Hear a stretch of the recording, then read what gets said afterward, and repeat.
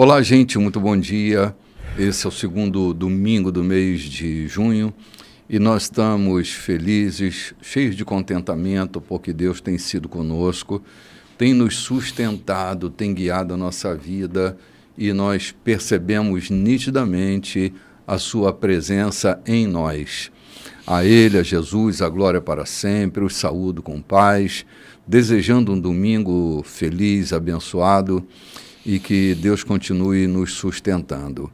Queridos, hoje no Café com Bispo, eu venho com meus queridos irmãos, pastor João Silveira, aqui à minha esquerda. Muito bom dia, pastor querido. Bom dia, querido amigo, bom dia a todos vocês, bom dia à equipe. E que Deus nos seja propício ao trazer a sua palavra entrando em nossos corações como uma espada de dois gumes, né? Que seja assim, né? Atravessando a gente, né, Lloyd? Muito bom dia, Lloyd. É isso aí, eu pego carona nessa palavra do pastor João, viu? Bom dia, bom dia. É isso mesmo, pastor João, que essa palavra nos atravesse, né? Entrando e saindo, né? Fazendo a divisão, como diz, que ela nos divide o antes e o depois, né? Sim. Aquilo que é carnal, daquilo que se torna espiritual, daquilo que é bom e daquilo que um dia foi mal, né? Obrigada. Sim. Olha, a palavra nos percorre de uma maneira tão fabulosa, ela traz um efeito tão fantástico, ela nos consolida nessa graça bendita, né?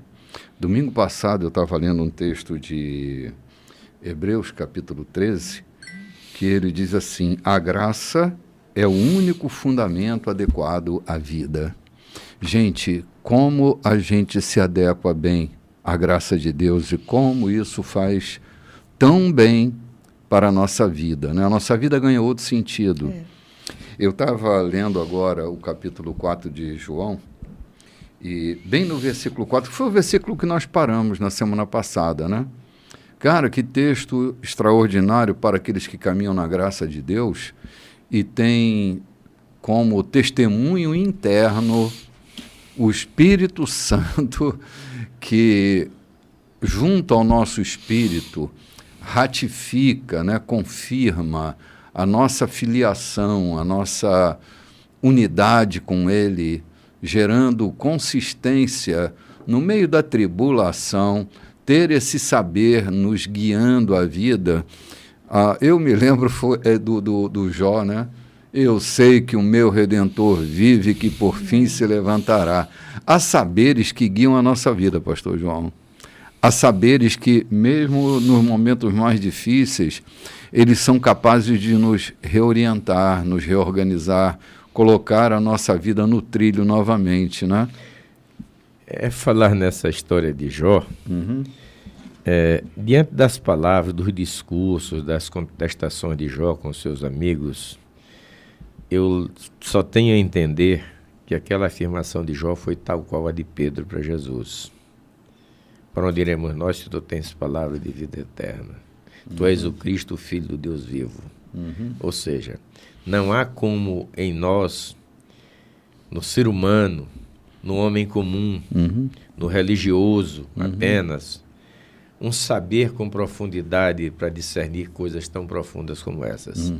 Eu só posso entender que vem daquilo que João informou no capítulo 3 da sua primeira carta, no último versículo, quando ele diz, pelo Espírito que vos foi dado. E no capítulo 4 aqui, a partir do versículo 4, ele diz, porque vós tendes o Espírito de Deus.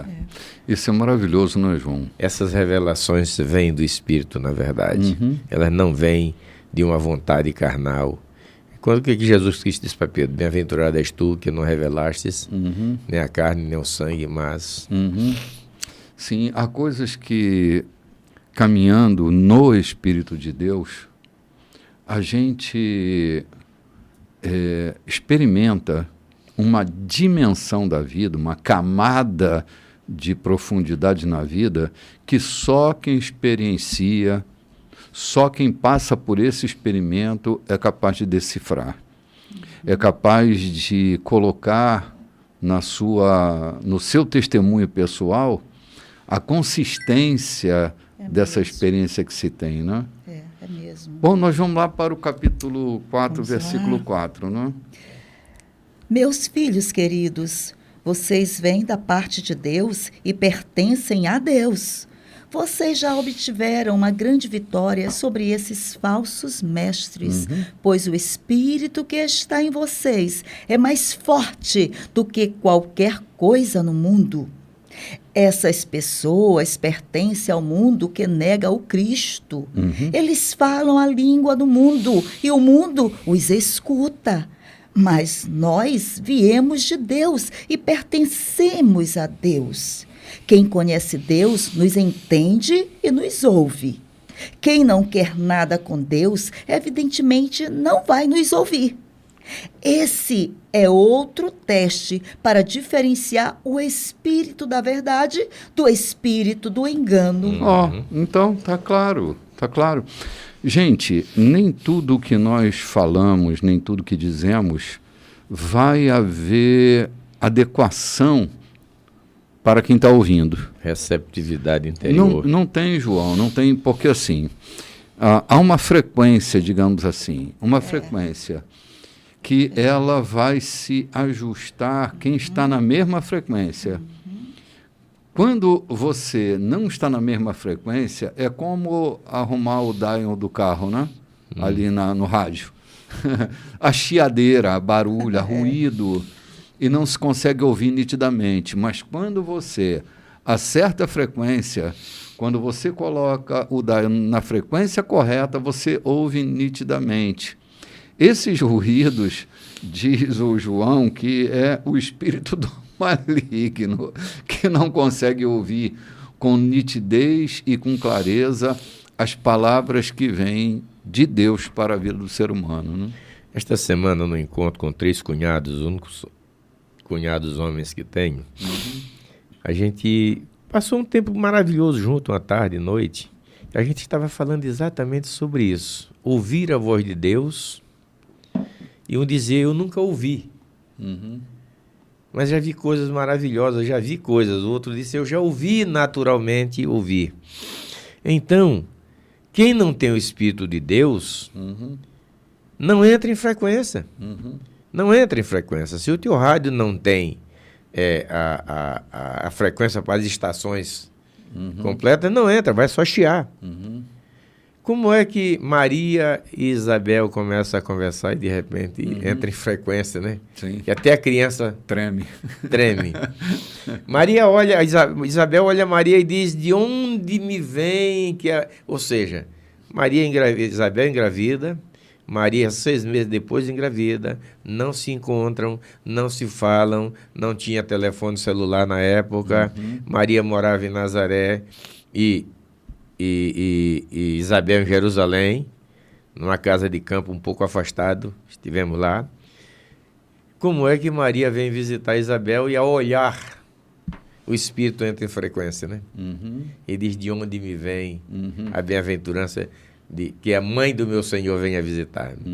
Essa frequência, e quando nós já lemos também Paulo dizendo que o Espírito testifica com o nosso Espírito que somos filhos de Deus, né? Sim, exatamente isso. Agora, é muito difícil você falar desses mistérios para um cético qualquer. Para quem não entende, para quem não tem João, espírito. não compreende. Não e nem aceita. Não tem não conexão. Aceita. Às vezes te ouve por educação, às vezes não quer te ouvir, e às vezes ouve e entra por um lado e sai por outro, porque Paulo diz que o homem natural não pode entender as coisas de Deus. Lembra que nós estávamos falando de Ananias? Está em casa orando e recebe a ordem divina para ir lá na casa de Judas orar por Paulo. São frequências divinas operadas pelo Espírito. E para mim aqui, João está confirmando no último versículo do capítulo 3, que isso é pelo Espírito que vos foi dado. No capítulo 4, a partir do versículo 4, ele diz, e vós tendes o Espírito de Deus. Sem este Espírito, a religião é mera religião. A crença é mera crença. O sermão é mero sermão elaborado, bem trabalhado. As minhas orações são apenas efeitos da minha devoção. O meu jejum é apenas um quebrantamento meu pessoal, mas não atinge a eternidade. Sem essa interlocução do Espírito Santo, não há resposta Sim. Nem de cima para baixo, nem de baixo para cima. Sim, a fortaleza que habita em nós, não? Vamos para o verso 7 agora? Vamos. Meus amigos amados, continuemos a amar uns aos outros, pois o amor vem da parte de Deus. Quem ama é nascido de Deus e tem um relacionamento real com Ele. Quem se recusa a amar não sabe o que mais importa sobre Deus, pois Deus é amor. Vocês não podem conhecê-lo se não amam. Foi assim que Deus demonstrou seu amor por nós. Deus enviou seu único Filho ao mundo para que pudéssemos viver por meio dele. É desse amor que estamos falando. Não que tenhamos amado a Deus, mas que Ele nos amou e enviou seu Filho como sacrifício para purificar nossos pecados e consertar os danos que eles causaram em nosso relacionamento com Deus. Ah, que bom. Gente, a mensagem central do Evangelho é amor. Não é a mensagem central de João, e é também, né? Mas esse não é um privilégio de uma centralidade de João.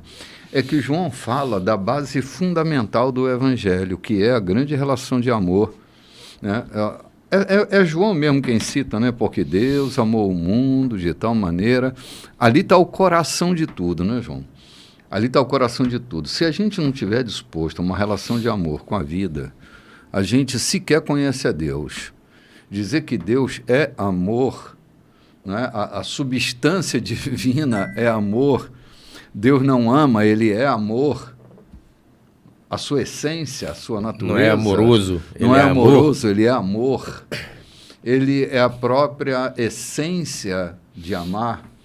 O amor, ele é restaurador. O amor, ele vai para a casa da estruturação do ser humano. A humanidade sofre por uma coisa chamada desamor. Se a humanidade sofre de desamor, vem Deus para reestruturar a natureza humana derramando do seu amor. E o amor vai estruturando. É interessante como o amor funciona quimicamente em nós, como o amor funciona em cada célula nossa, em cada músculo nosso. Numa relação de amor, acontecem coisas extraordinárias. Né? Eu contei outro dia que eu vi uma reportagem de uma mulher que, ao ver o seu filho debaixo de um veículo, João, essa mulher segura no para-choque do veículo e levanta. Isso ao veículo, uma mulher frágil, ela isso ao veículo até que alguém tire o filho debaixo desse carro. Essa relação de amor para com aquela criança faz ela fazer coisas surpreendentes, impossível, né? Eu tenho um autor que eu gosto muito que ele diz assim, que quando a gente ama, a gente se sente muito mais forte. E quando a gente é amado, a gente se sente muito mais feliz, cheio de contentamento, porque a gente nasce para uma relação de amor na vida. Infelizmente, nem todo ser humano ele nasce de uma relação de amor. Às vezes nasce numa relação de violência, nasce num lugar indesejado, numa condição indesejada, mas ele nasce para uma relação de amor. E quando essa relação de amor alcança esse ser humano, ele recompõe esse ser humano, ele reestrutura emocionalmente, fisicamente, ele opera num lugar de grandeza no ser humano. Amém. Então, quando João centraliza isso, né, e ele é apelidado de o apóstolo do amor, mesmo nas suas loucuras ele é o apóstolo do amor, é que João está trazendo o centro do evangelho para dentro de suas falas, não é? Cara, é impossível a gente amar a Deus, é impossível. Isso é fala de João. É impossível a gente dizer que ama a Deus se não ama o próximo. Porque a manifestação de Deus está no próximo. Uhum. O sagrado está no próximo. E quando eu olho para o próximo e não vejo o sagrado, eu não consigo amar. Porque a relação de amor com Deus, ela é sustentada na minha relação de amor com o próximo. Se eu não amo o próximo, o meu amor para com Deus é uma falácia, é um lero-lero. Eu passei a vida inteira entendendo que eu precisava amar para demonstrar que Deus habita em mim. E assim eu entendi a vida inteira, que eu só posso demonstrar que Deus habita em mim se eu amar. Recentemente eu comecei a pensar e a mudar esse sentimento, porque se você solta um gemido é porque existe o quê? Lá dentro existe uma dor. É impossível você sentir uma dor sem soltar um gemido.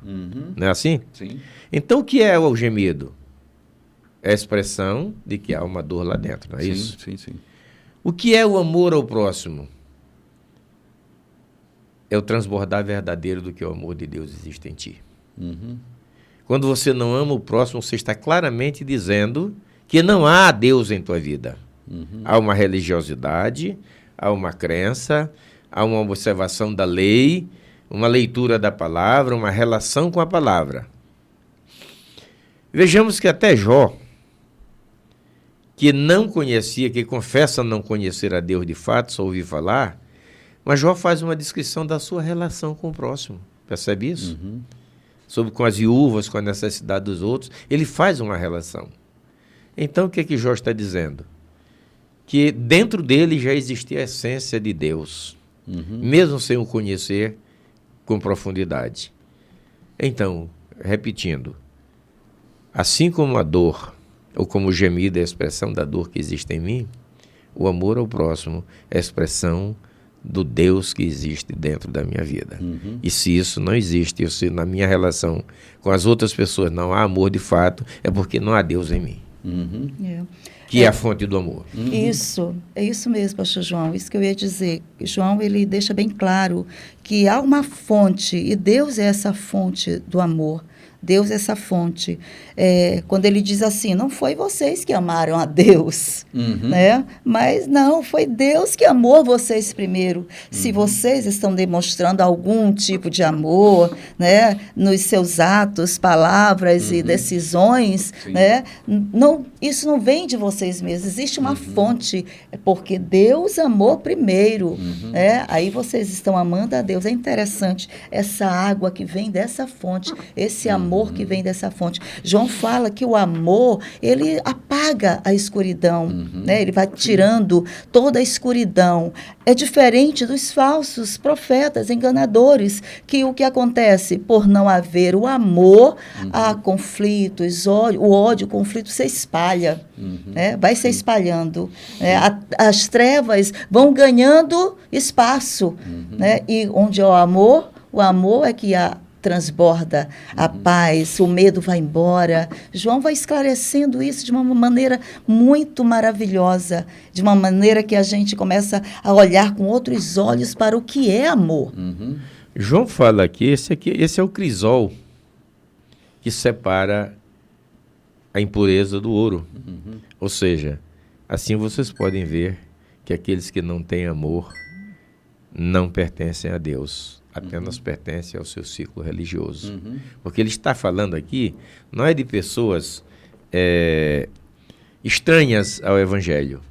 João está falando daqueles que viviam dentro da igreja, pregando, vivendo esse movimento religioso. Ele está falando dessas pessoas, ele não está falando daqueles que andam matando, roubando, praticando perversidades extremas e vistas.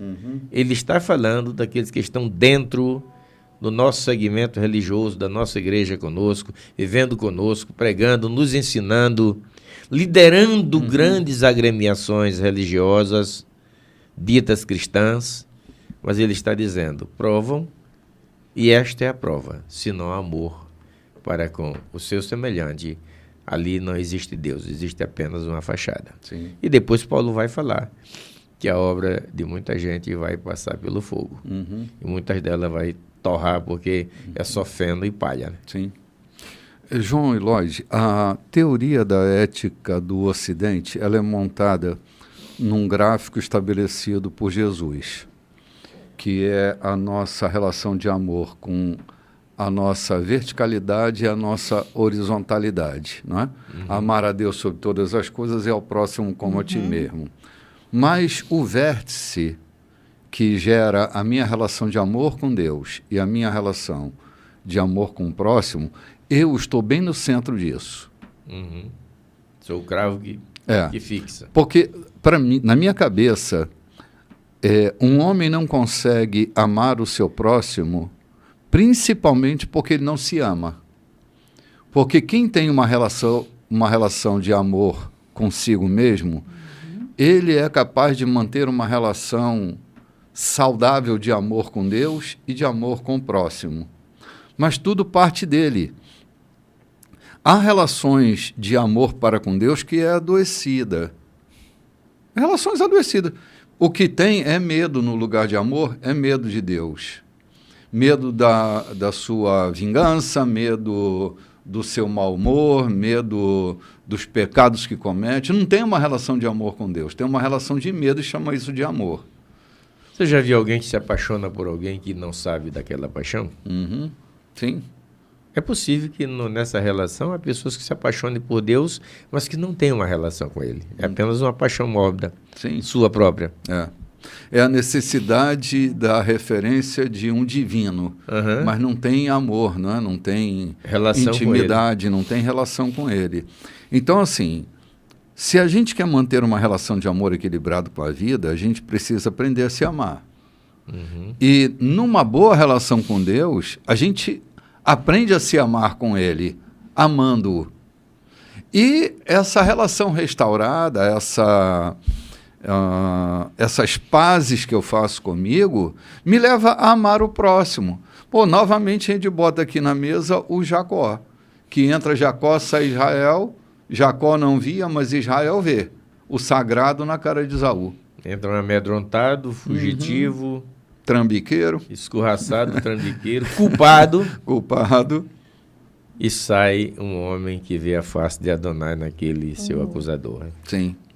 Então, assim, eu penso que o amor ele é restaurador. Quando eu tenho uma relação de amor, eu tenho a minha vida restaurada. Porque eu me reconcilio. Essa tríade da reconciliação, que é a minha reconciliação com Deus, me faz me reconciliar comigo. Portanto, eu tenho reconciliação com o meu próximo. Sem essa relação, sem essa tríade bem montada, eu tenho relações defeituosas, né? Eu tenho problemas na minha relação de amor. E eu volto a repetir aqui, para mim a maior tragédia que acontece é quando um homem não sabe se amar. Ou ele é egoísta, então ele não se ama, ele é um faltoso, né? Todo egoísta é um faltoso. Ele não se ama. Ele é um vazio. Portanto, ele é egoísta. Ele quer tudo para ele. Não porque ele se ama e porque ele se respeita. É porque ele é tão vazio, ele é tão inócuo, que ele quer tudo para ele para poder se significar. Então, o egoísta, ele não tem uma boa relação de amor com ele. Pelo contrário, a escassez o possui. Porque quando um homem tem uma boa relação de amor, ele é transbordante, o amor transborda. Por isso, ele pode estender o seu amor para o próximo. Por isso, ele mantém uma boa relação com Deus. Né? O fanatismo não é uma relação de amor com Deus. É um adoecimento dos meus afetos. Eu sou fanático porque os meus afetos para com Deus são adoecidos. Porque um homem que ama a Deus, ele é amigo de Deus, ele não é fanático, ele não é obsessivo, ele mantém uma relação saudável de um amor que é capaz de reestruturar. Quando eu era menino, eu acreditava numa verdade, que ainda acredito hoje, que o amor é capaz de curar o mundo, e cura. Tipo como é que chamava? Meu Deus do céu, fugiu da minha mente. Os brutos também amam. Até os brutos amam, só não sabem amar, mas eles amam. Na tentativa de amar, os brutos amam, né? Gente, nós estamos chegando no finalzinho desse bloco. Nós vamos tomar um cafezinho e voltamos já, logo depois do nosso intervalo.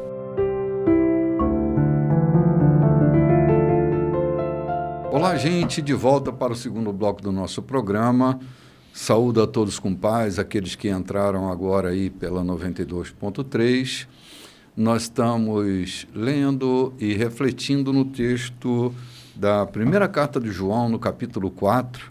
Já estamos lá no versículo 11, falando sobre amor e falando sobre esse elemento estrutural da natureza humana, como isso vai entrando dentro de nós, como essa condição do amor de Deus vai restaurando coisas que foram quebradas na nossa infância, na nossa adolescência, no curso da nossa vida, e o amor de Deus vai nos recompondo, vai nos estruturando, deixando uma condição em nós de fortaleza, uma condição de uma paz com a vida, com tudo que acontece ao redor. A gente já não se desespera mais diante das más notícias. Nós estamos tão integralmente possuídos por esse amor que a gente compreende que Deus está no comando de tudo e não nos deixa desesperados. Nós estamos nessa relação que reconstrói o ser humano, uma relação de amor com Deus, com a vida, com o nosso próximo, enfim. O amor de Deus reestrutura a nossa vida. E nós estamos já no verso 11, que nós vamos ler agora. Olha esse texto, presta atenção na leitura dele e olha o poder que há no amor de Deus sobre as nossas vidas. Meus amigos queridos, se Deus nos amou assim, então devemos amar uns aos outros. Ninguém viu Deus, nunca. Mas se amarmos uns aos outros, Deus habitará no íntimo do nosso ser e seu amor será completo em nós. Amor perfeito. Meu Deus do céu. Olha que coisa que João está falando. Um segredo que pode mudar radicalmente a nossa vida, né? Quando nós amamos, né? Amamos uns aos outros, o amor de Deus, ele passa a habitar em nós, no nosso íntimo, e será completo em nós. João, isso é de um poder que não dá para colocar em palavras, né? A gente se arrepia, a gente se sente comovido, mas isso é para a gente trazer para a vida, né? Isso não é um texto para a gente ler e refletir religiosamente. É um texto que a gente tem que refletir e colocar isso na condição da nossa vida, né? Nesse derramar de amor, nessa proteção que a gente precisa ter, que o amor ele é capaz de nos levar à proteção, à guarda, né? Ao cuidado, ao respeito. Meu Deus do céu. E João fala aqui do amor, não é um amor seletivo, né? Uhum. Não é amor seletivo, porque é possível que a gente ame alguém conforme o nosso interesse, conforme a nossa conveniência. A condicionalidade, né? A condicionalidade, o amor seletivo. Se amarmos alguém e odiarmos alguém, não é amor. São preferências e dedicações que fazemos seletivamente. É parecido comigo, eu amo. Não é parecido comigo... Isso. Então, aí João está dizendo, o amor do Pai não está nele. Porque esse amor que ele está dizendo, que Deus derramou sobre nós, através da sua presença em nós, pelo Espírito que nos foi dado, é um amor incondicional. É um amor que ama o teu inimigo, aquele que não te é favorável, aquele que não te é bom, aquele que não é simpático a ti. Ele está falando de uma condição interior. É aquilo que eu falei da dor. Conforme o tamanho da dor é o tamanho do gemido, né? A expressão do gemido. A dor, o gemido é expresso de acordo com a dor. Então, se nós somos inundados pelo amor de Deus, ele transborda para fora de nós a pessoas que nós sequer conhecemos, ou que nunca nos fizeram bem, que nunca fomos simpáticos, ou que nunca foram simpáticos a nós, que nunca falaram bem de nós. Então, João está fazendo aqui, gente, isso aqui é um teste, é uma prova de arrepiar.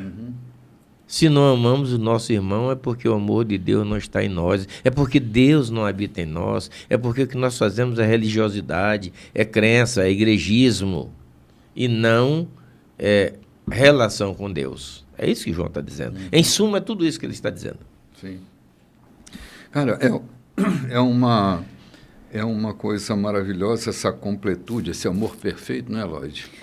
João chama isso de amor perfeito. Amor, né? perfeito. Aqui, quando ele fala, ninguém viu Deus nunca, né? Mas você está vendo seu irmão. Então, ele está falando de um relacionamento, vamos lá, koinonia, essa é a palavra? Sim, comunhão. Né? Essa comunhão profunda que se estende, né? Então, eu vejo ele falando aqui sobre isso. Ninguém viu Deus nunca, mas se você estiver nessa relação de amor com seu irmão, né? Aí a gente pode ver Deus. Sim. Deus, através dessa comunhão, desse relacionamento, dessa koinonia, dessa relação profunda de amor. Sim. É quando o Espírito Santo, e esse é o elemento principal da nossa relação de amor, é a condição que o Espírito Santo vai nos levar, né? Eu estava lendo um texto de Freud que ele dizia que a gente é constituído numa relação de amódio, né? Uma relação de amor com ódio. E pensando no que Jesus é capaz de fazer em nós a partir da presença do Espírito Santo, é que essas escuridões do ódio, ela vai sendo dissipada na medida que nós amamos nessa condição do amor perfeito. O amor, ele vai clareando esses meus pontos de ódio, porque é fácil amar quando a gente é correspondido, quando fazem coisas boas, a gente ama. Quando a gente é maltratado, a gente odeia. Essa conveniência. Essa conveniência da natureza humana, né?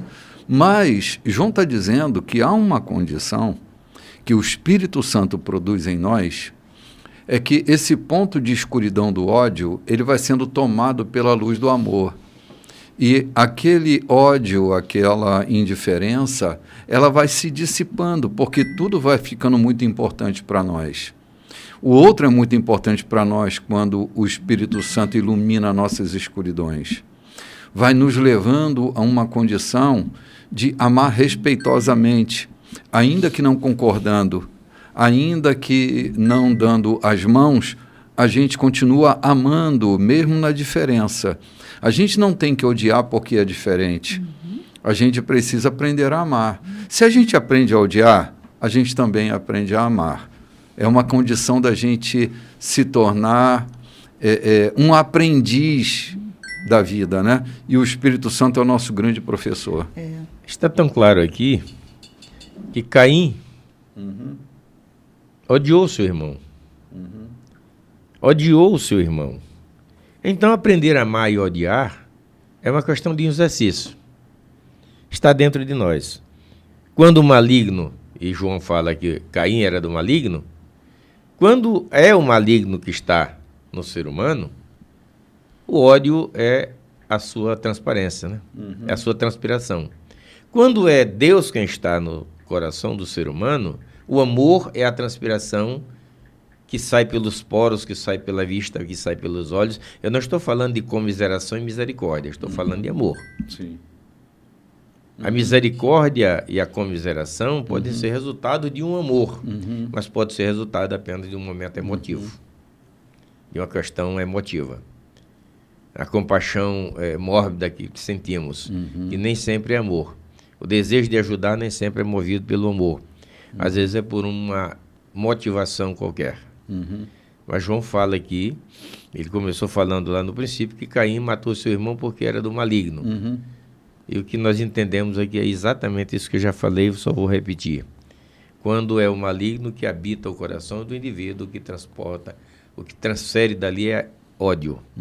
Quando é Deus quem está inundando a vida do ser humano, o que transpira dele é amor. Sim, verdade, João. João, não é esse elemento essencial na vida da gente, que é a presença do Espírito Santo? Cara, como a gente pode dispensar essa presença, essa pessoa em nós? Uma vez que ele nos habita, a gente precisa dar lugar a ele, para que ele nos ensine a amar. Jesus lá no Jordão foi visto claramente o Espírito pousando sobre ele. Isso. Lá na cruz do Calvário, Jesus abre os braços e diz: Pai, perdoa-lhes, porque não sabem o que fazem. A maior expressão de amor, né, Uma João? expressão de amor. E não era uma expressão simplesmente por ser divino, e nem simplesmente porque estava afeto à obra que ele ia realizar. É porque ele estava cheio do Espírito Santo. Aconteceu com Estevão da mesma forma. Sim. Sendo apedrejado e pedindo perdão aos seus algozes, porque não entendiam o amor que estava dentro dele. Tantas vezes com Paulo e com tantos outros, né? O amor que estava dentro deles transbordava, ou dentro de cada mártir, transbordava de tal forma que, em vez de amaldiçoar os seus algozes, e Estevão tinha razão para amaldiçoar aquele povo, ele conhecia cada um, o procedimento de cada um, a natureza de cada indivíduo estava ali presente, era uma pessoa da convivência de Estevão. Em vez de amaldiçoar, Estevão os abençoou, porque Estevão estava cheio do Espírito. Então, o elemento que condiciona o amor de Deus que há em nós, que viabiliza, que movimenta esse amor que existe em nós, é o Espírito. Aqui já a partir do versículo 13, o João vai falar de novo no Espírito de Deus que habita em nós. O Espírito de Deus que habita em nós, recria o nosso espírito, né, Bispo? Sim. Que com esse espírito que estava adormecido, né, esse espírito do homem que estava adormecido, tocado pelo Espírito de Deus, meu Deus do céu. Olha só, João citou um texto lá da cruz, que Jesus diz, Pai, perdoa, a primeira palavra das 7 da cruz, né? Eles não sabem o que fazem. Cara, só alguém que ama é capaz de enxergar que alguém está fazendo algum mal porque não sabe o que está fazendo. A minha pergunta, muitas vezes para mim mesmo é, se soubessem quem eu sou, me tratariam como me tratam? Se me conhecessem de verdade, diriam sobre mim o que dizem? Fariam comigo o que andam fazendo? Talvez não. Talvez tivessem mais respeito por mim. Eu não estou falando por mim, Renato, né? Por mim, eu e você, por nós. Sim. Nos tratariam como nos tratam? Talvez não. Talvez nos respeitassem muito mais. Talvez, João, nos carregariam no andor. Mas é porque não sabem. Se alguém nos maltrata, é possível que esteja nos maltratando porque não sabem o que estão fazendo. Se não sabem o que estão fazendo, não há uma consciência do maltrato. Então, Jesus tem uma percepção, porque ele é amor, ele tem uma percepção do outro que o maltrata, daqueles que o condenam, numa relação de respeito pela ignorância deles. Cara, a gente precisa aprender com essa atitude de Jesus.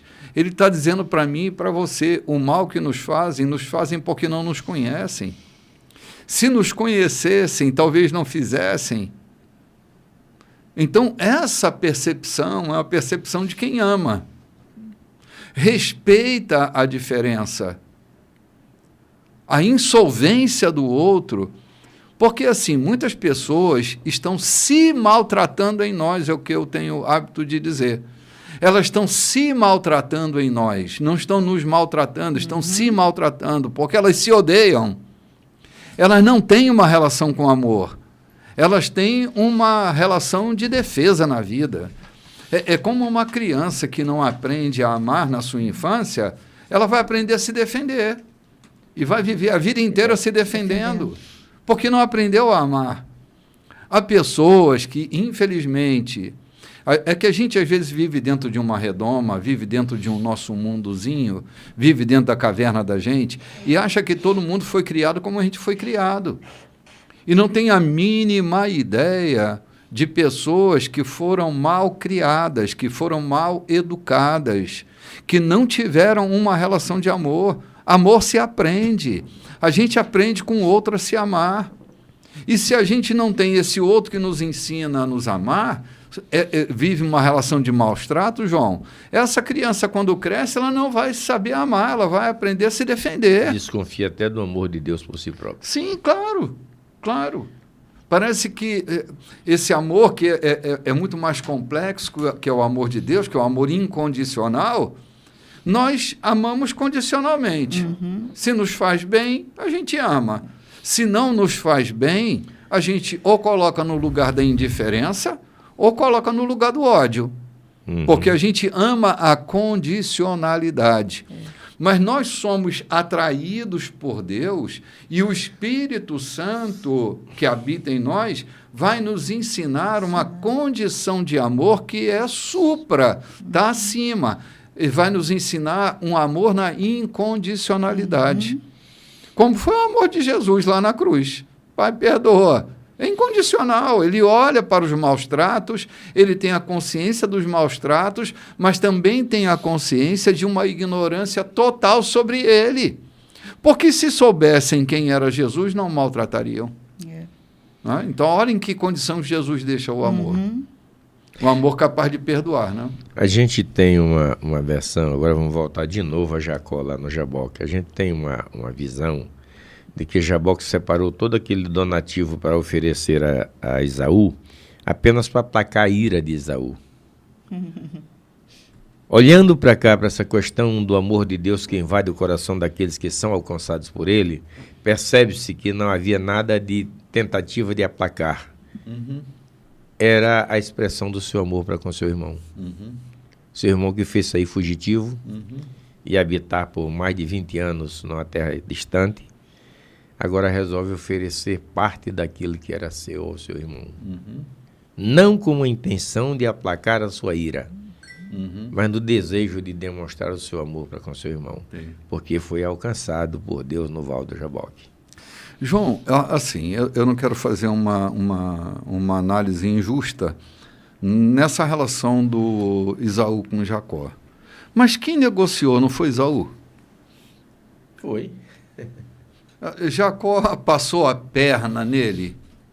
Assim, ele não sabia que estava negociando a primogenitura? Sabia, lógico. Sabia. Por que tanto ódio de Jacó? Eu acho que Esaú estava com muito ódio dele mesmo. Não tenha dúvida. Na hora da fome. Não tenha dúvida. Eu acho que essa perseguição a Jacó é uma perseguição a ele mesmo, né? Porque assim, por que eu fiz isso, né? Não devia ter feito, mas ele fez. Assim, Jacó não devia ter feito na minha cabeça. Se eu tenho um irmão que é meu primogênito e ele está com fome, eu daria de comer a ele sem negociar. Pelo menos eu acho que eu faria isso, ok? Mas Jacó negociou. E Esaú negociou, aceitou a negociação. Não tinha trapaça ali. Ele é chamado de trapaceiro, mas não teve trapaça. Era um negócio meio espúrio, mas era um negócio. Sim, mas era um negócio. O negócio foi feito. Que os dois levavam vantagem, né? Sim, eu acho que depois disso, Esaú começa a se odiar profundamente. E vai se vingar em Jacó. É tanto que se casa mal. Sim. Adquire mulheres que maltrataram seus pais. Aquilo podia ser uma vingança em si próprio. Sim. Vingando-se no que ele mais estimava, que eram seus pais, né? Sim. A gente não está falando mal de Esaú nem de Jacó, não.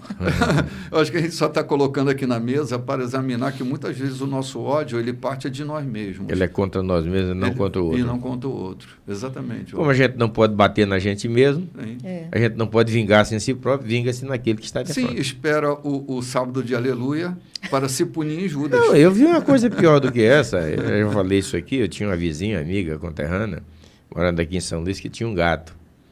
Todas as vezes que ela sabia que o marido tinha atraído, ela pegava e espancava o gato. Olha aí. Batia no gato. Coitado do gato. Coitado. Tinha que ter 7 vidas, né? Coitado do gato. Meu Deus. E aquele camarada que é insultado, que sai a pé, desgostoso e pega o carro e sai a toda velocidade, como se o carro fosse culpado da sua indesdita. Já viram isso, já? Sim, já vi. Não, eu mesmo já fiz isso. Eu mesmo também. já saí desesperado com o também carro. Válvula de aí como escape, se- né? Uma Sim. válvula de escape. Uma válvula de escape, exatamente. O que tinha a ver o carro com isso, né? E eu maltratando o É carro. o meu aborrecimento maltratando o meu objeto de transporte. Exatamente. É a mãe que fere o filho, É. ferindo-se, né? Pela sua Exatamente. falta de responsabilidade. Aquela do Rio de Janeiro que quebrou os dentes, que aleijou o menino. Depois ele escreve um livro contando essa tragédia todinha. Aquilo era uma culpa do passado. Sim. O erro de ter gestado ele sem medir consequência, né? João, eu tive uma funcionária que trabalhava na minha casa, isso há muitos anos atrás, muitos anos. Ela não suportava mentira. E se ela pegasse um filho mentindo, ela esquentava um ovo Colocava na e boca. botava o ovo na boca da criança. Quando nós descobrimos, nós fomos à casa dela, a criança com a boca toda esfolada, e nós fizemos uma ameaça de fazer uma queixa-crime. Isso foi suficiente para ela nunca mais fazer. Mas ela fazia isso. Como consequência de um passado. De um passado. Alguma coisa aconteceu no passado dela. É uma sombra que a perseguia. Alguém a mentiu e perturbou ela severamente. Né? Severamente, exatamente. Cara, é cada coisa que acontece, gente, que se o Espírito Santo encontra lugar em nós, João, eis que estou à porta e bato. Interessante que esse texto, né, eis que estou à porta e bato, não é um texto para incrédulos, é um texto para a igreja. Eis que estou à porta e bato. E, às vezes, o Espírito Santo está batendo na porta e a gente não abre. Se abrir, ele entra. E se ele entrar, ele organiza. Faz como o camarada, ele faz miséria lá dentro. Faz miséria lá dentro. Faz morada. Faz morada, ata rede no nosso coração. E aí é que mora o milagre, né? Ele vai estruturando. Ele vai entrando em camadas do nosso interior, colocando em ordem. É tipo agrotóxico na planta. Não fica na folha. Vai para a estrutura da planta. Vai para as ranhuras. E vai para dentro da folha, né? E não adianta lavar, porque não sai, está na estrutura. Essa é a condição da presença do Espírito Santo em nós.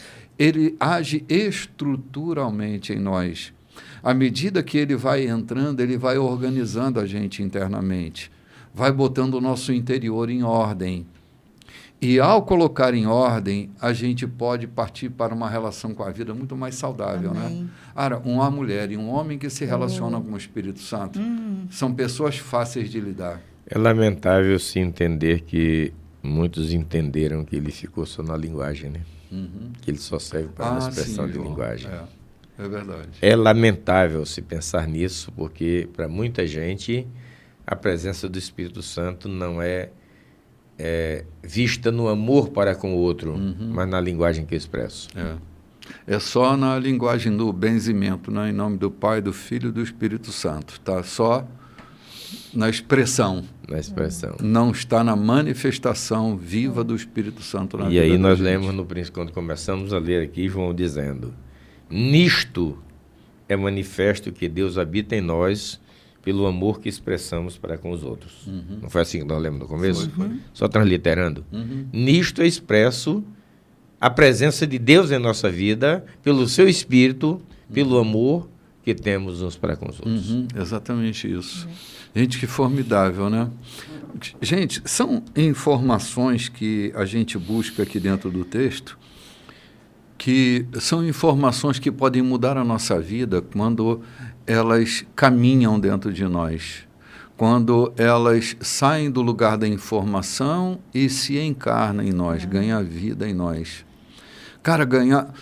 Vocês sabem muito bem, é muito bom a gente lidar com pessoas cheias do Espírito Santo. Elas não têm malícia, elas não ficam atrás das segundas intenções. Amadurecidas pelo Espírito Santo. Elas lidam com transparência, com pureza. Normalmente essas pessoas têm um voto de pureza com a vida. A gente precisa ter medo delas, né?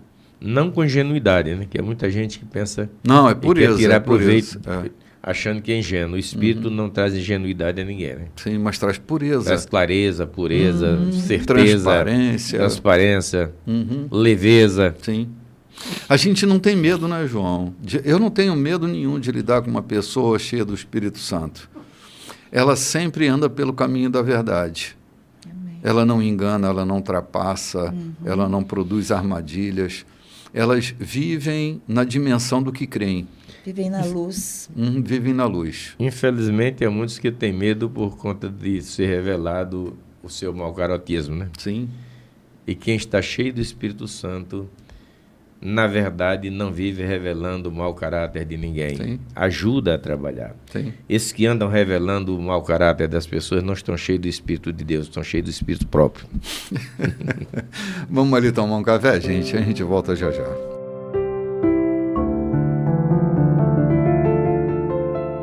Gente, que textos maravilhosos são esses que nós temos tocado. A gente só não aprende sobre o amor se a gente não quiser, né? Porque João está ensinando com tanta clareza, com tanta profundidade a nossa relação de amor. A gente só não muda se não quiser. Mas aprender, aí bem, você disse não aprende se não quiser. Percebe o coach que vive na pobreza o tempo todo? Uhum. Se ensinando os outros a ganhar dinheiro. Ensinando os outros a ganhar dinheiro e vive na pobreza? Sim. Então, aprender sobre o amor é uma coisa. Viver, experimentar esse amor é outra coisa. E esse é que faz sentido. Experimentar esse amor em si. Vivenciar o amor em si. Aprender sobre ele é importante. Mas o mais importante é viver esse amor. Sim.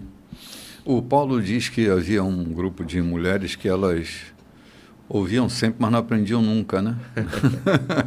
Ouviam sempre, mas não aprendiam nunca. Porque o aprendizado, ele leva à prática daquilo que se ouve, né?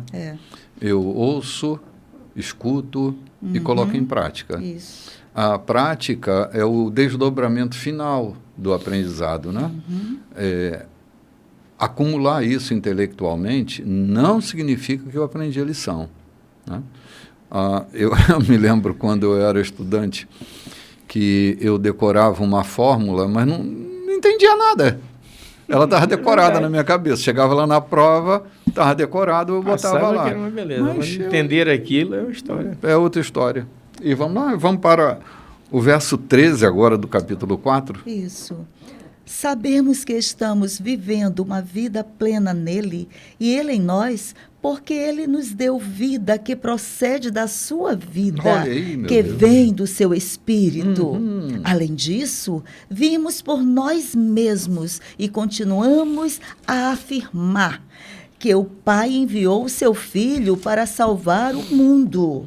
Quem confessa que Jesus é o Filho de Deus participa de um relacionamento íntimo e estável com Deus.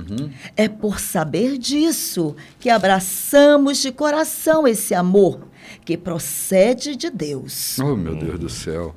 João diz que sabemos. Sim, olha, isso é encantador, Lloyd. Eu sublinhei aqui na minha Bíblia, porque ele nos deu vida que procede da sua vida. Que vem do Espírito. Essa relação da construção da nossa vida espiritual, né, ela não se deriva dos nossos exercícios culticos, vem da construção da vida dele. O Espírito Santo age construindo a vida dele na nossa vida. Esse repartimento, essa doação de vida que ele nos deu, não é uma existência mera.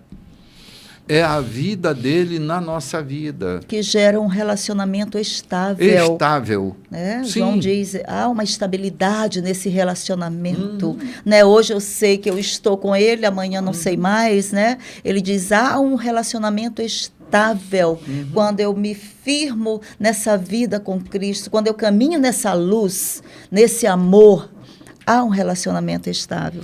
Íntimo e estável. Íntimo e estável. Oh, que coisa maravilhosa, íntimo e estável. Sim, vai lá para dentro, né? Vai para dentro. Em regiões que as pessoas podem até não estar vendo.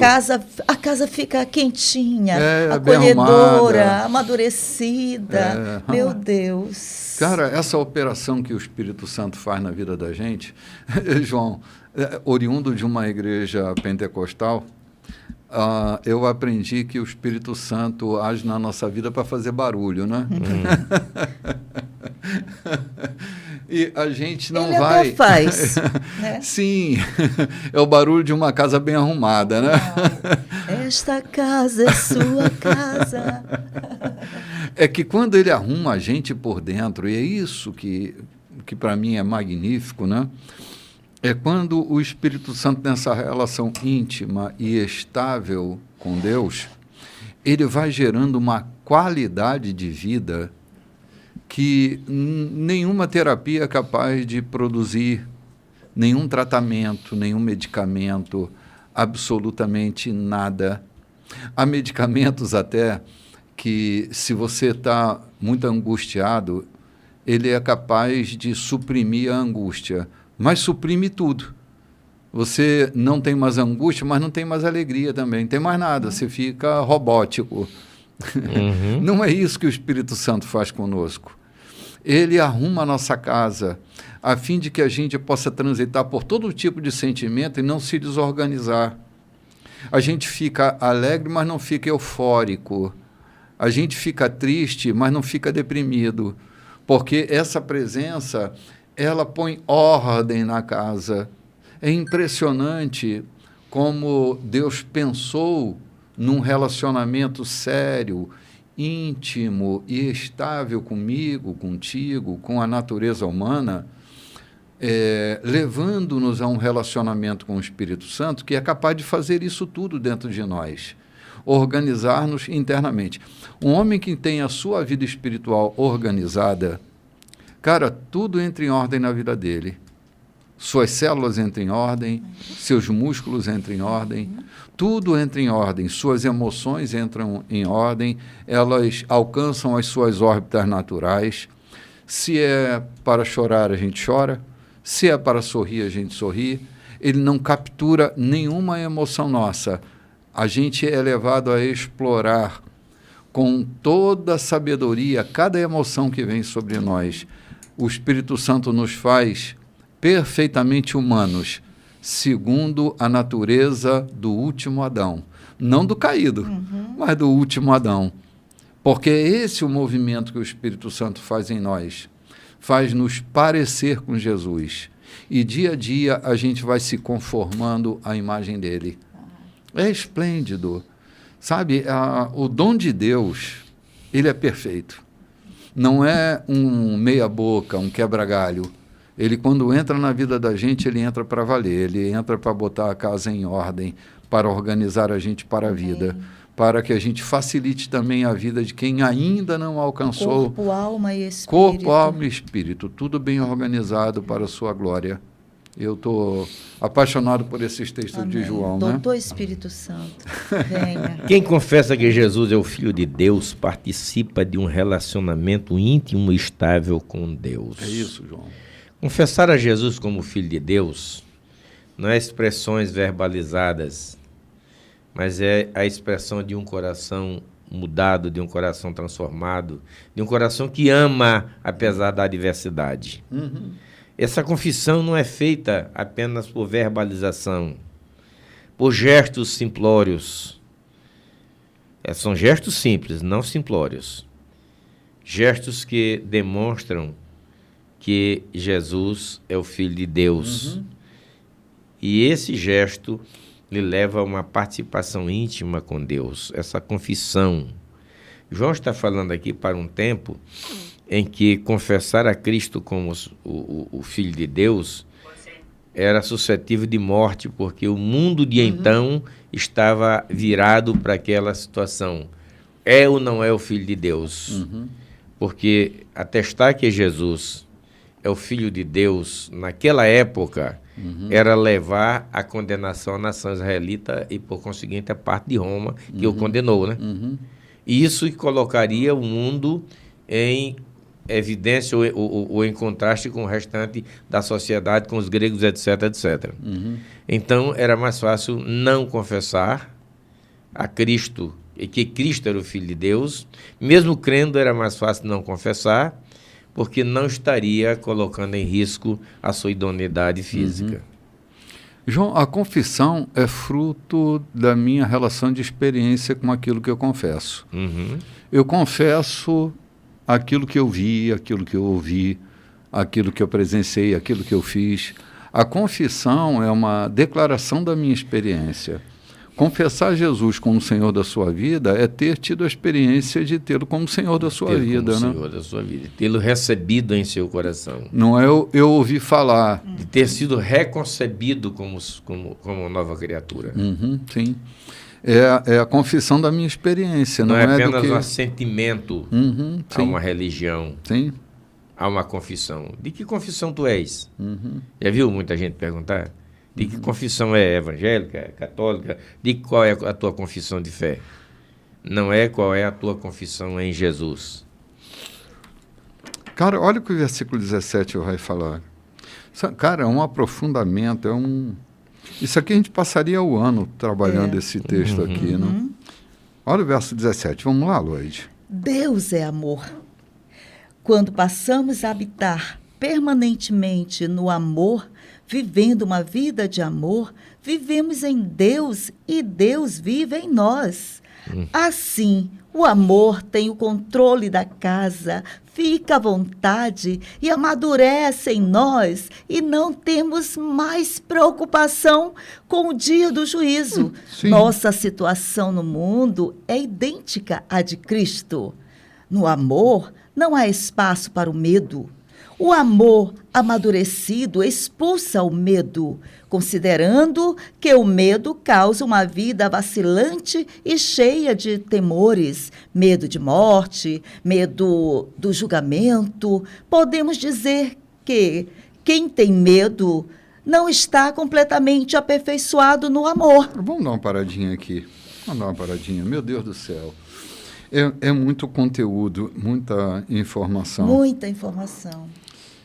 Quando passamos a habitar plenamente no amor, vivemos uma vida de amor. Vivemos em Deus e Deus vive em nós. Meu Deus, olha que coisa preciosa de habitar no amor. Parece que o amor é um habitat, né? Assim, o amor tem controle da casa. Sim, olha que coisa, cara. Ou seja, quando a gente tem uma vida controlada pelo amor, meu Deus do céu, como as coisas mudam. Como a gente pode interpretar a vida de maneira diferente quando a gente está amando, né? Porque a gente enxerga coisas que as pessoas que não amam não são capazes de enxergar. Valoriza mínimos detalhes, né? Como é impressionante que quando a gente tem uma relação de amor, seja com um amigo, com uma amiga, com um marido, com a mulher, com os filhos, enfim, com o mundo à nossa volta, essa relação de amor leva a gente a valorizar mínimos detalhes do outro. Faz a gente caminhar de uma maneira muito diferente na vida. A gente não é dado a condenação, a gente não é dado a julgamento. Essa coisa de quem ama expulsa o medo, né?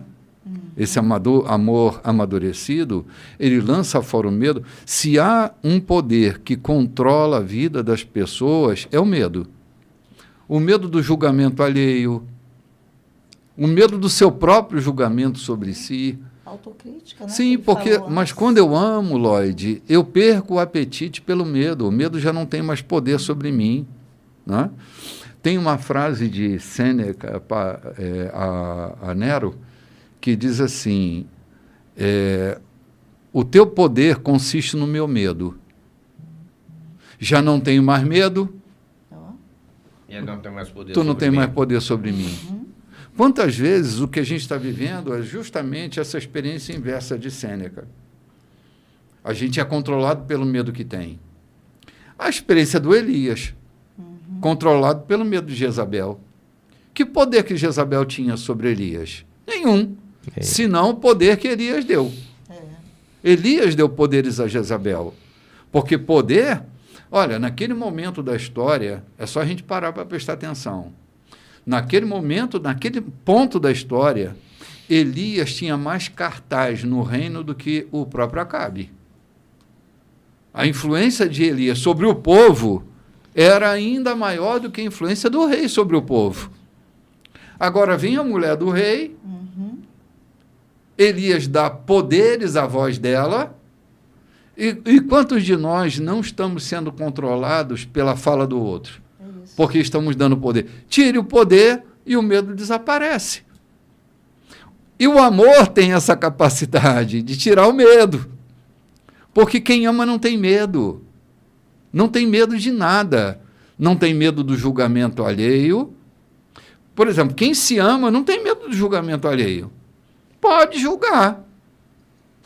Pode pesquisar, pode perquirir. A minha consciência está limpa. Eu estou limpo diante de mim mesmo. Então não há medo. Se não há medo, não há controle. Porque o amor traz novas forças, né? Sim. Traz forças, traz novas capacidades. Novas compreensões. Novas compreensões, né? Então, quando diz que o amor vai lançando fora o medo, porque o amor, ele começa a entrar numa fonte, descobrir coisas, uma fonte de muitas virtudes, riquezas, características, atributos que vêm de Deus. Sim. Parece que o medo é antagônico ao amor. E quando eu tenho uma relação de amor, o medo vai embora. A gente se encoraja. Cara, quando a gente está amando, a gente tem coragem. Quando o Paulo disse que o amor lança fora o medo, né? Não, é João quem está falando, né? É João quem está falando, que o verdadeiro amor lança fora o medo, expulsa. Nos enche de coragem. Sim. Diz que no amor não há espaço para o medo, né? Não há espaço para o medo, exatamente. Porque não João. podem conviver juntos ao mesmo tempo. Não. Não tem convivência, porque são antagônicos. Não coabitam o mesmo lugar. Então, ter uma relação de amor na vida é uma condição de segurança que todo ser humano tem. Nós vimos no exemplo de Jesus. O amor de Jesus leva ele para o Getsêmani, né? Mesmo ali angustiado, sentindo sentimentos da sua humanidade, mas o seu amor o levou mais além. É esse, o amor vai lançando, vai jogando para fora todo o medo, porque o amor vai entrando num alinhamento de perfeição com Deus, porque Deus é amor. Sim. Tremendo. Que lição fantástica, né? Gente, olha, Senhor, se nós queremos ter uma vida de paz, uma vida mais sossegada, mais segura, mais estável, não tem jeito. A gente precisa se dar ao amor. Quando a gente se dá ao amor, a gente começa a se pacificar. Né? Porque o amor não é pacificador? Isso mesmo. O amor é pacificador, o amor ele vai arrumar a casa. Né? Ele vai arrumar a casa, ele vai encontrar lugar para as coisas, né? Ele não fica tateando no escuro. Quem ama, ama de verdade, né? Ama largamente. Largamente. Eu trago isso para uma profissão. Alguém que ama uma profissão, tem amor por aquela profissão, ele vai se tornar uma pessoa destemida, cheia de autoridade, ele quer ir mais além, ele quer trabalhar no interior, ele quer ir para lugares que muitas vezes é desafiador para a condição dele, humana. Por quê? Porque ele está amando. Está lançando fora o medo do dia de amanhã, não sei o que virá no dia de amanhã, mas pelo amor a essa profissão, pelo amor às pessoas, aquilo que a minha profissão, meu saber vai fazer na vida das pessoas, eu vou deixar de lado esse medo. Olha como é lindo isso. Sim, olha, a natureza humana possuída pelo amor encoraja muito. Eu já vi pessoas que amaram perigosamente, ou seja, enfrentaram situações perigosíssimas só porque estavam amando. Correram risco. Correu risco. Né? O amor leva a uma coragem tão severa na natureza humana que uma pessoa que ama, vamos falar da condição natural de amor entre humanos. Cara, quando um homem está amando uma mulher, ou uma mulher está amando um homem, ela não vê dificuldade. Ele olha para a dificuldade e passa por cima. Não vê diferença de idade, não vê diferença de condições econômicas, não vê diferença nas condições sociais, não vê diferença nas condições intelectuais. Ele se encoraja. O amor, ele assume esse lugar de encorajamento na vida das pessoas e o medo cai. O medo cai, perfeito. Não? É impressionante, meu Deus do céu. Vamos para o verso 19 agora? Mas nós podemos desfrutar o amor, amar e ser amados, pois primeiro fomos amados, por isso agora podemos amar. A verdade é que ele nos amou primeiro. Se alguém... Só um instantinho, Lógia. Sim. Só para a gente pensar novamente aqui a condição de amor. Amor, ninguém aprende sobre amor próprio sozinho. Escuta o que eu estou falando. Ninguém aprende sobre amor próprio amando-se sozinho. A gente primeiro é amado para aprender a amar. Isso acontece desde a nossa condição infantil. Ela não está longe da nossa condição infantil. Eu estava dizendo ainda há pouquinho que quem não aprende a amar-se na sua infância aprende a se defender.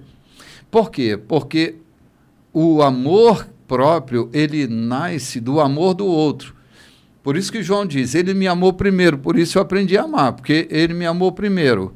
O amor dele foi primeiro. Eu aprendi a me amar com o amor dele. O amor dele me ensinou que eu sou importante.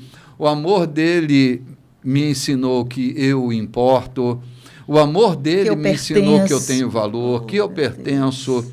É o amor dele, o aporte de amor que vem de fora, me ensina, me identifica nessa relação de amor. Então, quando João diz, ele me amou primeiro, por isso eu aprendi a amar, porque essa é de verdade a condição de amor. Ninguém aprende a se amar sozinho. Quem se atreve a aprender a se amar sozinho, não aprende a se amar, aprende a ser egoísta. Aprende a ter um conflito de identidade no amor. Aprende essa condição do transtorno narcisista, que é um transtorno de personalidade, não é? Porque não aprendeu a amar. Né? Então está sempre na busca do outro, para engaiolar o outro, e nessa condição de não se perder dele. Mas no amor de Deus, Deus me amou primeiro, e eu aprendi a amar por causa do amor de Deus que me amou primeiro. Criou uma identidade de amor em mim. Lindo isso, né, cara? Lindo. João, assim, ele traz tanta clareza, né? Nessa carta maravilhosa que fala sobre luz. Claro, ele começa falando sobre luz. Fala sobre luz e sobre esse amor íntimo e estável, né, que nós só encontramos em Deus. Que Deus é a fonte desse amor. Quando ele coloca em ordem, ele diz, não, o primeiro não está em você, está em Deus. Sim. Maravilhoso. Porque é essa condição de amar e ser amado que é diferente, né? Amar e ser amado. Essa condição, ela produz uma ordem interna tão grande. É a condição mais satisfatória da vida, quando eu amo e quando eu estou sendo amado. Porque essas duas relações de amor, a que eu amo e a que eu sou amado, cara, ela me coloca numa condição de muita vantagem na vida, né? E vamos lá, vamos avançando aí. Vamos para o verso 20 agora, né? Se alguém se vangloria, dizendo, eu amo a Deus, mas odeia e despreza seu irmão, é mentiroso. Se não ama a pessoa que vê, como pode amar a Deus a quem não vê? O mandamento que temos da parte de Cristo é sem rodeios, amar a Deus, se ver na prática de amar o próximo. Vocês precisam amar os dois. Meu Deus do céu. Tá Precisa aqui e pronto, amar, né? Os dois. Está aqui e pronto. Tá aqui. Cara, é muito comum a gente ouvir pessoas que dizem que amam a Deus profundamente, mas que tem uma relação de desprezo com o outro que é tão severa, e João diz que não tem verdade nesse amor. Diz que ama a Deus, que não vê, mas não é capaz de prezar e de amar o seu irmão. Não é uma relação de amor, é mentirosa, porque precisa amar os dois. Amar a Deus sobre todas as coisas e ao próximo como a si mesmo. É aqui que o amor ganha verdade. Agora, quando eu amo a Deus e desprezo, desprezar é tirar o preço, né? Desprecificar, não dá qualidade, não dá sentido ao próximo. E não é incomum a gente ver pessoas que se dizem religiosas, que amam a Deus, que são capazes de fazer qualquer coisa por Deus, mas não fazem o mínimo pelo próximo, João. Não são capazes de zelar pelo outro. Pelo contrário, eles estão sempre prontos a atacar fogo no outro, a eliminar o outro das suas vidas, porque o atrapalha. Cara, se eu não amo a Deus e não amo meu próximo, eu sou mentiroso. O amor não habita em mim. Cara, isso é de uma profundidade e de um entendimento que ou dessa vez a gente vai ou a gente está perdido pela vida fora. Passar por essas linhas e não ter a vida da gente mudada, alterada, cara, é chover no molhado. Eu desisto de mim mesmo se eu não consigo, a partir de agora, dar uma grande guinada na minha relação com a vida. João diz textualmente, não há Deus em mim. Uhum. E se não há Deus em mim, eu sou um indivíduo morto. Tudo que eu faço é apenas obsoleto. Não há Deus em mim. Não há Deus em mim. Eu sou apenas um sino que retine.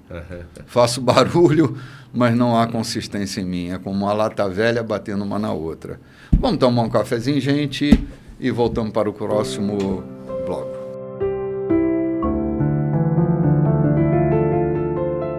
Olá, gente, de volta. Esse é o 4º e último capítulo do nosso programa de hoje. E nós já estamos no capítulo 5 da primeira carta de João. Um capítulo que vai nos surpreender por causa do conteúdo que João coloca nesse último capítulo. Que nossos corações estejam mesmo bem abertos e prontos para a frutificação da palavra que nos dá vida. Cara, temos aprendido tanta coisa boa até agora. Tantos ensinos que são revolucionários, quando João fala desse arremesso da nossa vida na condição de amor. Quando nós amamos os dois. É assim que ele termina o capítulo 4, né? Nós temos que amar os dois. Amar a Deus e amar ao próximo. E agora a gente vai para o capítulo 5, né, Lloyd? 5, isso. Vamos lá, a leitura dele? Quem acredita que Jesus é de fato o Messias, é nascido de Deus. Se amamos aquele que gera o Filho, sem dúvida, amaremos o Filho que nasceu. O teste da verdade para saber se amamos ou não os filhos de Deus é este: amamos a Deus? Guardamos seus mandamentos? A prova de que amamos a Deus está na guarda dos seus mandamentos, e eles não nos parecem difíceis. Sim, por que não nos parecem difíceis? E por que tanta gente achava difícil, né? Porque, gente, assim, não é muito incomum a gente ouvir de alguns crentes que servir a Jesus é uma coisa muito difícil. Não é incomum mesmo. Não é incomum. Aqui e ali a gente encontra um se lastimando que é muito difícil seguir a Jesus. Gente, coisa difícil é servir ao diabo. Aí está uma coisa difícil de fazer. Agora, seguir a Jesus, seguir os mandamentos de Deus, João, é que o Espírito de Deus que habita em nós, ele vai gerar essa condição de um apetite muito saudável entre os mandamentos de Deus e as nossas práticas. Por quê? Porque se o mandamento que estava lá do lado de fora, e eu me lembro de Jeremias, né? Quando eu leio um texto desse, é impossível não me lembrar de Jeremias, que ele diz: eu vou inscrever na tábua do coração de vocês a minha lei. Então, os mandamentos, aqueles que eram do lado de fora, nessa relação que João está falando de amor para com Deus, amor para com o próximo, com essa cooperação indispensável do Espírito Santo, o Espírito Santo, que negocia com a tábua do nosso coração, nos leva a ter uma relação com os mandamentos de Deus, esses mandamentos universais, muito mais simples de viver. Eu não sinto prazer em viver fora do mandamento de Deus. Fora do mandamento de Deus há um risco, um perigo, uma armadilha constante para mim. Eu quero lá viver fora do mandamento de Deus. Então é difícil seguir a Jesus? É difícil quando eu não tenho uma relação íntima com Ele, quando Ele não está em mim, quando Ele não frutifica em mim. Então, é aquilo que eu tenho dito, né? Uma velha criatura na tentativa de viver como nova criatura. Então, não é difícil, é impossível. Aí é mais difícil servir, ou seja, mais difícil do que servir ao diabo.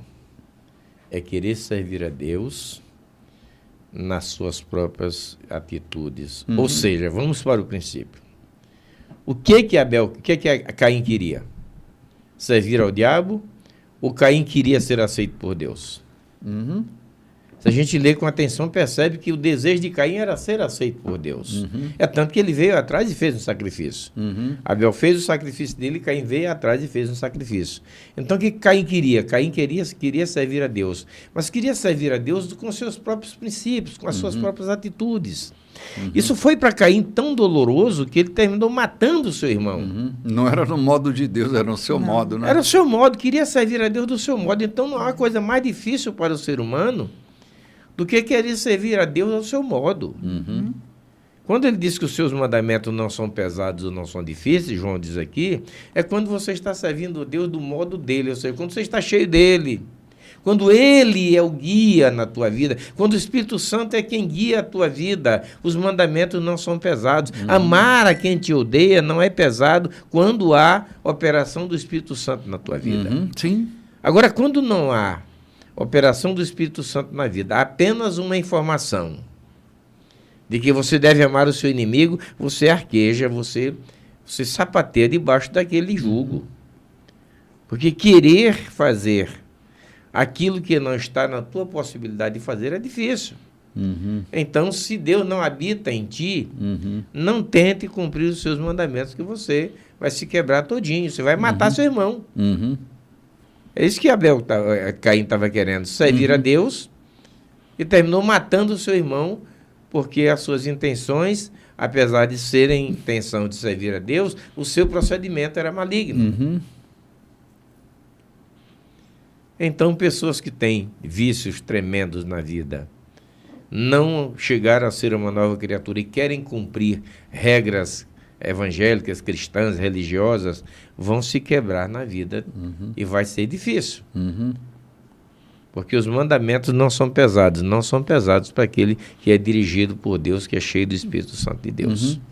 Olha a profundidade que João vai nos levar agora para a gente entender como é que isso na prática funciona. Olha só. Verso 4. Quem nasce de Deus está acima da influência do mundo. Pronto. O poder que põe o mundo de joelhos é a nossa fé. A pessoa que se põe acima da influência do mundo acredita que Jesus é o Filho de Deus. Pronto, está aqui. Gente, se a gente não passar pelo novo nascimento, e aqui, essa é a condição, né? Quem nasce de Deus está acima da influência do mundo.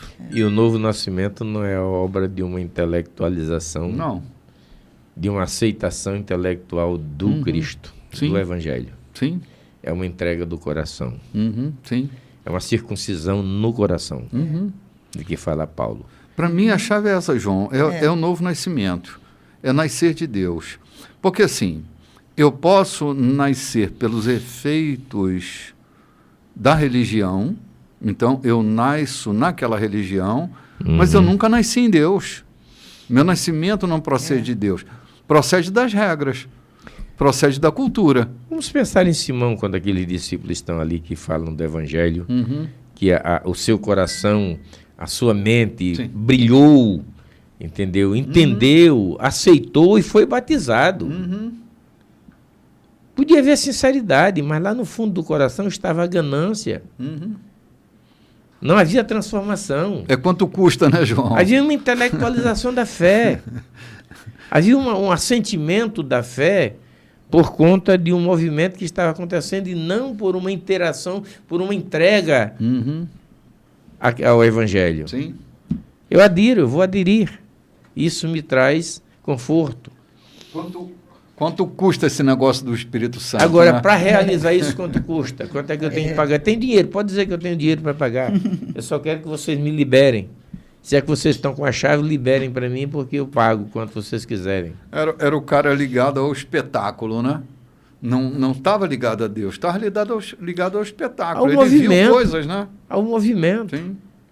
Eu também quero participar disso, quanto custa. Aceitou, foi batizado. A semelhança daquele cidadão, há tantos hoje que dirigem igrejas, que dirigem movimentos religiosos tremendos, mas o seu coração não está ligado à fé, ao Cristo, não são possuídos por Deus, são guiados pelo seu próprio Espírito, não pelo Espírito Santo, que João já tantas vezes fala aqui. João, a questão ela é de uma camada muito mais profunda. Se eu não nasço de Deus, eu não estou acima da influência do mundo. O mundo continua me influenciando. Eu continuo dentro dessa cultura do mundo que me leva a praticar as coisas que eu pratico. Eu não estou acima delas, elas estão acima de mim. Quando João começa a carta, ele começa a dizer: aquilo que é nascido de Deus não vive na prática do pecado. Sim. Mas quem é que não vive na prática do pecado? Aquele que é nascido de Deus, porque aquele que não é nascido de Deus está suscetível de viver na prática do pecado. Uhum. E de um pecado que muitas vezes não é intencional, mas é a sua natureza humana que ele leva a fazer. Uhum. A Sim, ser desonesto. A desonestidade Uhum. é uma prática pecaminosa que está no sangue, está no comportamento, na ação comportamental do homem. A desonestidade é prática de quem não vive a Deus. Uhum. E nem se apercebe que é um crime contra o outro e é pecado. Sim. Então, quem é nascido de Deus, então nós estamos falando aqui de quê? De ter um novo nascimento. Uhum. Da regeneração, que você costuma dizer. A regeneração é a fecundação do Espírito de Deus no espírito humano para gerar uma nova criatura, não é isso? Exatamente isso.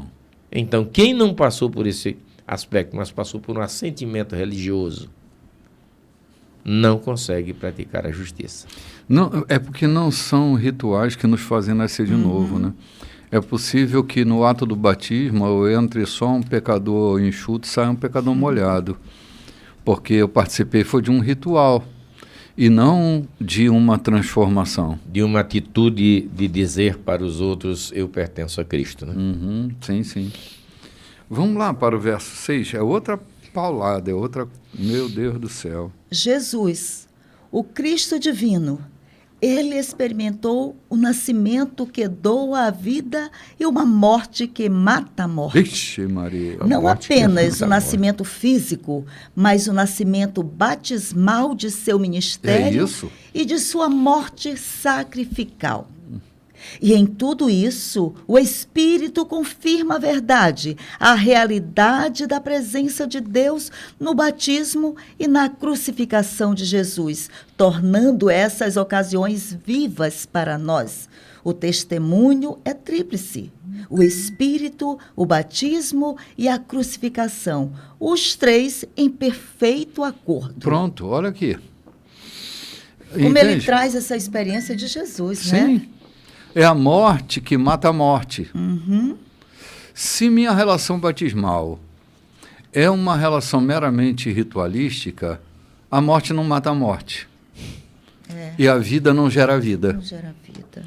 Ele usa a experiência de Jesus como um parâmetro de aprofundamento na nossa relação com Deus, que a gente precisa pensar o que é que está acontecendo com a gente. Desse relacionamento acima da influência do mundo. Sim, sim. Isso não significa que vivendo nessa vida comum, que vivendo nesse mundo comum, nós não sejamos tentados a olhar aos nossos olhares, às nossas atitudes, que não sejamos tentados, porque nós não estamos no céu, nós estamos na terra. E o mundo jaz no maligno, né? Sim. Então, essa malignidade que existe no mundo está suscetível de nos contaminar. Mas aí é que vem João dizendo que é nascido de Deus, não vive na prática do pecado. Sim. O pecado de Eva, João, o pecado original, não foi ser atraída à beleza do fruto. Ver que o fruto era bom, que ele era tentador, não era um problema. O problema de Eva não foi ser tentada. Foi ceder à tentação. Foi ceder à tentação. João, nós somos sujeitos do desejo. Todos nós somos sujeitos do desejo. Tem jeito de escapar disso. Todos nós somos sujeito desejante. Agora, repetindo a frase do nosso irmão Emmanuel Kant, dizer não ao desejo é que nos dá liberdade. Se Eva olhasse para o fruto e dissesse, é bonito, cara, tem um cheiro bom, mas... Não me interessa. Não me interessa. Eu vivo muito bem como eu estou vivendo. Eu tenho um monte de árvore, inclusive a árvore da vida, que eu podia comer o fruto e não comi. Eu posso comer, tenho tudo, para que eu vou mexer com isso aqui? Sim. Então, o problema não é ser tentado. O problema é a gente cair na tentação. Esse que é o problema. Eu tenho pessoas do meu convívio que elas morrem de medo de serem tentadas, mas é impossível não ser tentado. Nós vivemos numa natureza escópica, numa natureza de que a gente é encantado pelo que vê, não é? Que a gente sente um cheiro que é bom, que a gente vê uma coisa que é bela. Até aqui não tem problema nenhum. O problema está em eu ceder a isso, não é? Porque liberdade é dizer não ao meu desejo quando esse desejo contraria o meu caminho. E muitas vezes essa tentação, ela nos faz ficar mais forte. Na história do filme de Gengis Khan? Sim, me senti me vencendo, né? Ou seja, me expor. Sim. Não pretensiosamente, não jactanciosamente. Mas se há uma necessidade de me expor, o que eu tenho que fazer é buscar em Deus fortaleza, força e me sentir. O que é que Jó disse? O que eu mais temi, isso me aconteceu. Será que era um medo de ficar pobre? Talvez fosse. Talvez fosse. Talvez fosse o medo de ficar pobre. Perder tudo, né? Perder tudo. O que eu mais temia, isso me aconteceu. Então, temer ou ter medo, talvez Jó quisesse dizer o que eu mais tinha medo. E aí João está dizendo aqui que o amor lança fora o medo. E o amor é o resultado da presença de Deus. Eu volto a bater, porque desde cedo que a gente começou aqui, é o que está martelando a minha cabeça. O amor não é resultado do teu esforço. O amor não é resultado do teu exercício. O amor não é resultado da disciplina da tua vida. É resultado da vida de Deus em ti. É resultado de Deus possuindo a tua vida. Amor não tem nada a ver com as nossas atitudes. As nossas atitudes são resultantes desse amor que existe em nós. O amor não é parte nossa. É a vida de Deus habitando em nós e exarando em amor, como eu disse ao princípio. É o gemido é resultante de uma dor que está lá dentro. Assim como o amor é resultante do Deus que há dentro de nós. Cara, eu estou encantado com esse texto aqui, né?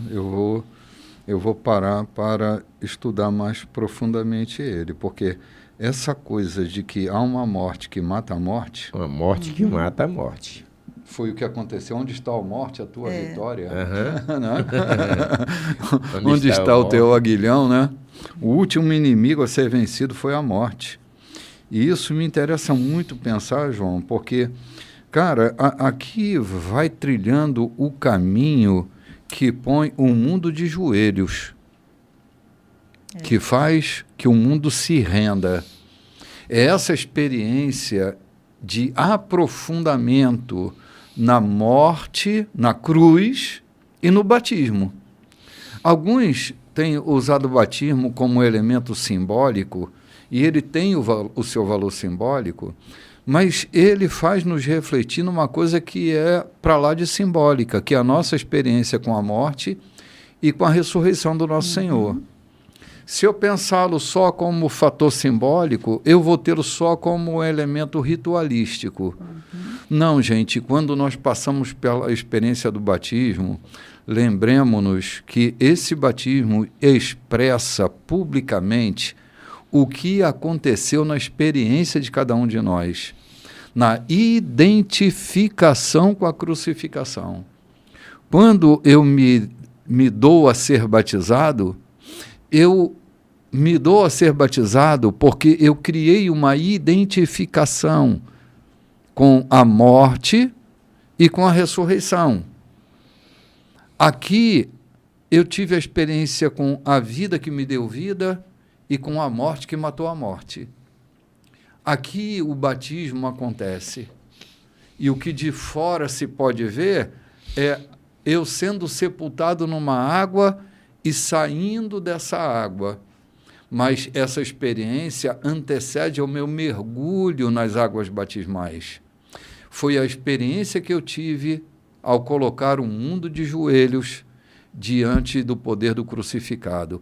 Eu me tornei crucificado. Quando Paulo diz, eu me apresentei como um crucificado, né? O evangelho que eu preguei como um crucificado. Essa nossa identificação com a cruz e com o crucificado é o que faz com que o mundo se coloque de joelho. Senão, o mundo estará de pé e eu de joelho diante do mundo. É essa condição que não dá para eu servir a Deus. Eu não consigo servir a Deus, fica muito difícil, ou seja, fica muito impossível. Se eu ainda estou rendido ao mundo, se eu não fui crucificado, se as águas batismais não ratificaram, não foi um selo, né, de testemunho público que a minha experiência foi de vida e morte. É aqui que a coisa revela a minha nova natureza. Não é? Agora, você, na natureza humana, vai ser tentado o tempo inteiro. É só não ceder à tentação. Seja livre. João, que maravilha, que sensação de vitória é quando eu me venço. Quando eu me venço, eu me sinto muito bem, cara. É melhor do que vencer uma tropa, é você se vencer, né? Quando eu me venço naquilo que eu preciso de fato, não quando eu me dou por vencido naquilo que eu devia perseverar, né? Sim. Quando eu me venço naquilo que não é conveniente que eu permaneça. Diferentemente daquilo que eu abro mão, de onde eu devia perseverar. Sim. E não declinar dela, né? Sim. Meu Deus, que lição maravilhosa. Mas eu estou lembrando aqui da morte que mata a morte. É difícil de compreender, mas há coisas no mundo físico que mostram isso, que é um antídoto, um antiofídico, o soro antiofídico. É o veneno que neutraliza o veneno, não é isso? É exatamente, João. Um soro antiofídico é um veneno que neutraliza um veneno. A morte que mata a morte. A morte de Cristo que matou a morte que estava sobre todos os homens a partir da queda de Adão.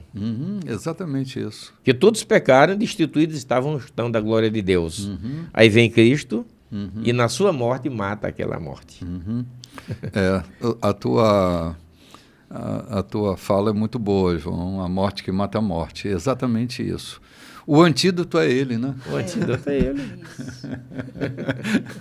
Ele em mim matou a morte. Uau. A morte já não tem poder, não tem mais controle sobre mim. Não é essa morte física, onde todos estão destinados, como disse Salomão, o homem está destinado uma vez morrer, né? Essa é a natureza do ser humano. Sim. Aqui estamos falando de uma morte que muitos estão vivos ou estão andando, mas mortos nos seus delitos de pecado, como dizia Paulo. Ou como disse Paulo, né? Parece filme de Michael Jackson, né? Mortos, ambulantes. Zumbi, né, João? Zumbis. Zumbis. Isso aí dá filme para Michael Jackson, os zumbis andando pela vida fora. Vidas sem sentido são verdadeiras mortes. Sim. João, viver sem sentido, né, a morte não é o pior negócio, viver sem sentido, é pior do que a morte. Viver sem propósito, viver sem sentido. Há pessoas que desejam a morte ardentemente e não conseguem morrer. Porque falta sentido na vida. Falta sentido na vida. Deseja a morte porque falta sentido na vida. Mas quando a gente se relaciona com a morte que matou a morte, a gente se encontra com a vida, né? É muito lindo. A expressão de Paulo sempre, desde criança, cara. Onde está, ó morte, a tua vitória? Jesus ressuscitou. Esse texto, ele retumba dentro de mim, né? Ele faz um barulho grande dentro da minha vida. Onde está, ó morte, a tua vitória? Jesus ressuscitou. Foi a morte que matou a morte, né? Foi a vida que gerou vida e a morte que matou a morte. A morte que trouxe vida. A morte que trouxe vida. Morreu a nossa morte. Morreu a nossa morte para vivermos sua vida. Sua vida. Essa é uma canção que cantamos quando ainda éramos infantis, né? Garotos, a música antiga. Mas essa música também me comove, né? Ele morreu a nossa morte para vivermos sua vida. Nos trouxe grande salvação. Em uma canção de Eliezer Rosa, ele canta Graça Salvadora. Ele nasceu para que eu não morresse. Ele viveu. É linda a canção. Gente, nós estamos chegando no finalzinho, poucos segundos para terminar o nosso programa. Agora, às 9 horas da manhã, nós estamos com um encontro aqui na igreja, é a nossa escola bíblica, e a partir das 9 da manhã nós estamos ensinando, estamos ali no livro de Hebreus, trabalhando intensamente esse livro, e se você quiser estar conosco, as portas estão abertas a partir das 9 da manhã, aqui na rua Santo Antônio, número 14, no Recanto dos Vinhais. E logo mais, às 18h30, o nosso culto vespertino, para adorarmos a Deus juntos. Queremos convidar você para estar conosco. Desejo um domingo feliz. Amém. Shalom.